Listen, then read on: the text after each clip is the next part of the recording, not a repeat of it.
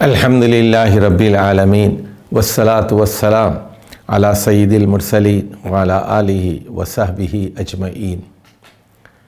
ہم گفتگو کر رہے تھے مولانا ابوالعلا المودودی یرحمہ اللہ کی مشہور تصنیف تجدید و احیاء دین کے بارے میں۔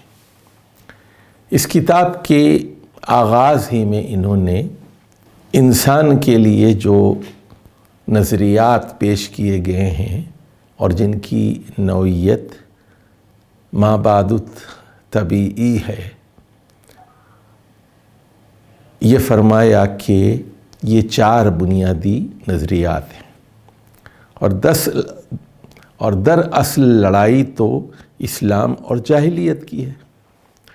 اسلام روز اول سے دین رہا ہے اور انبیاء علیہ السلام اسی دین کی تبلیغ اور دعوت دیتے رہے۔ اس کے مقابلے میں جاہلیت ہے۔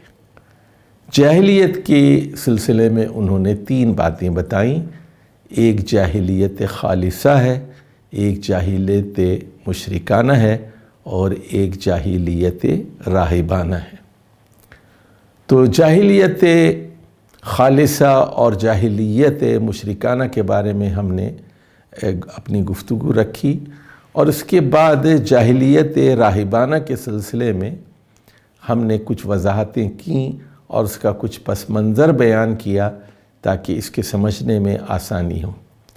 اور اس سلسلے میں ہم نے ویدانت کے بارے میں گفتگو کی اور پھر معنویت کے بارے میں گفتگو کی، معنی پسرماش، اور پھر اس کے بعد فلاطینیوس کا جو فلسفہ ہے جس کو اشراقیت یا اسٹوئسزم کہتے ہیں، اس پر ہم نے گفتگو کی، اور پھر اس کے بعد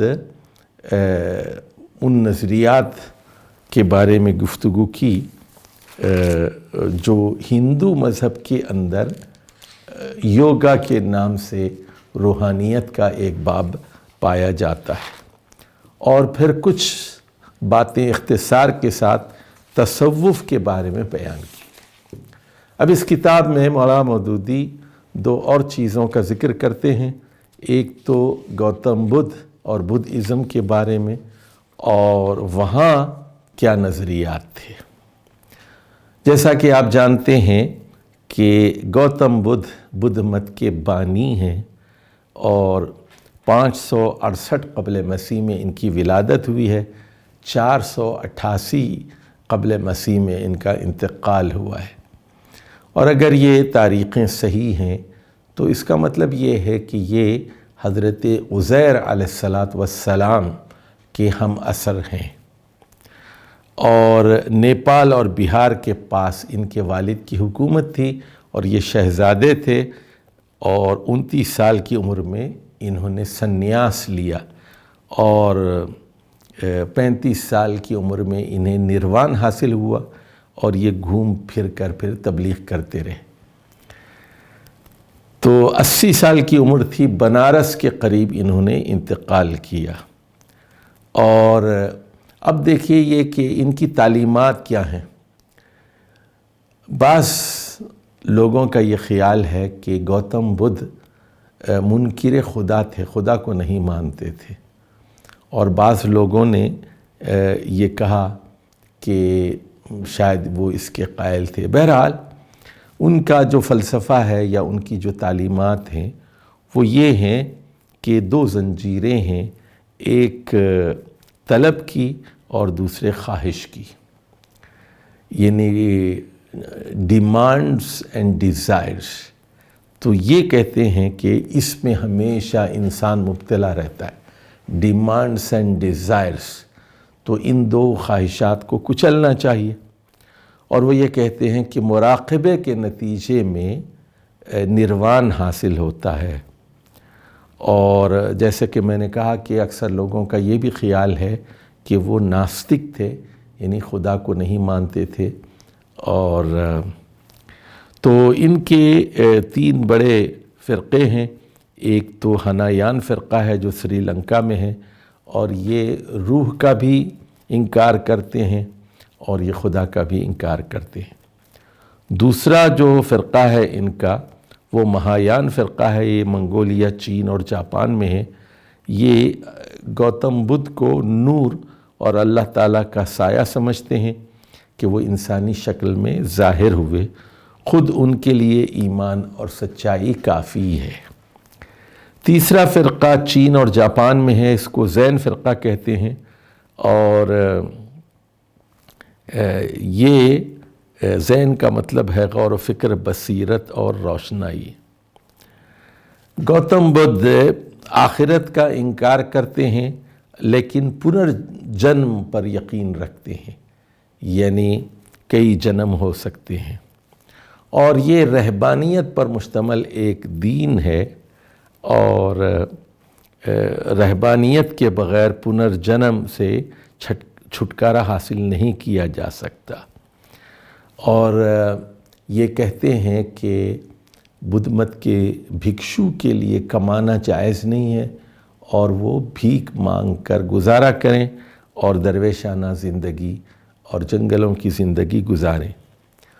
یہاں یہ بات سمجھ لینا چاہیے کہ اسلام کے نزدیک گداگری حرام ہے۔ اچھا، اسی طرح دیکھیے، اب ذرا توجہ سے بات سنیے تاکہ ہم رہبانیت اور تصوف کی اصل جڑ کو تلاشنے اور کھوجنے کی کوشش کر رہے ہیں۔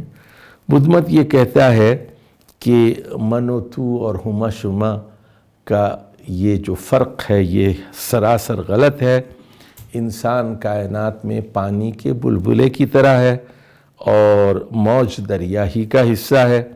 انسان کائنات اور دیگر مخلوقات سے متحد ہے، یعنی جس طرح بلبلا پانی ہی کا ایک حصہ ہے، ابھرتا ہے اور غائب ہو جاتا ہے، دراصل بلبلا پانی ہی کا نام ہے، اسی طرح انسان بھی اس کائنات کا ایک حصہ ہے اور وہ یعنی آتا ہے اور غائب ہو جاتا ہے۔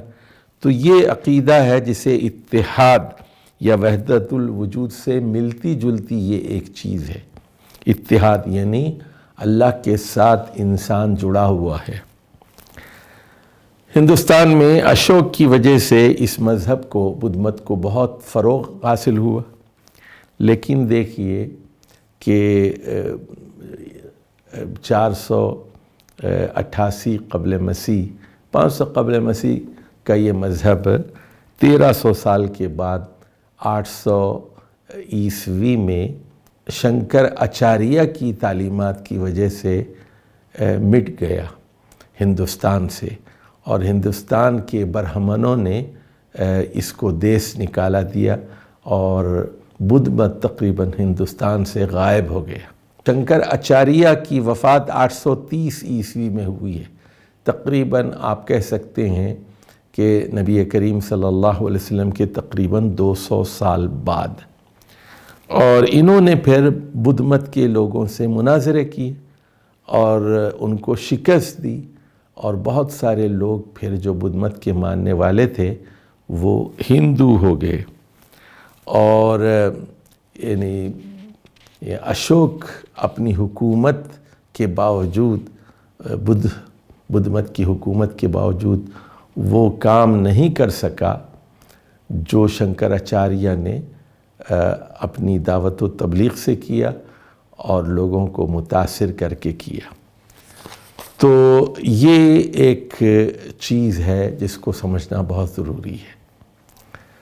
اچھا، اب ذرا دوسری طرف جائیے، وہاں عیسائیت پر کیا گزری کہ حضرت عیسیٰ کے تقریباً 250 سال بعد عیسائیت پوری طرح رہبانیت میں ڈوب گئی، اور انہوں نے بہت سارے نظریات بدھ مت کے، ہندو مت کے، مانویت کے اور نیو پلاٹنزم جسے اشراقیت کہتے ہیں، وہ سارے نظریات بہت حد تک قبول کر لیے۔ تو یہ ہے پس منظر رہبانیت کا۔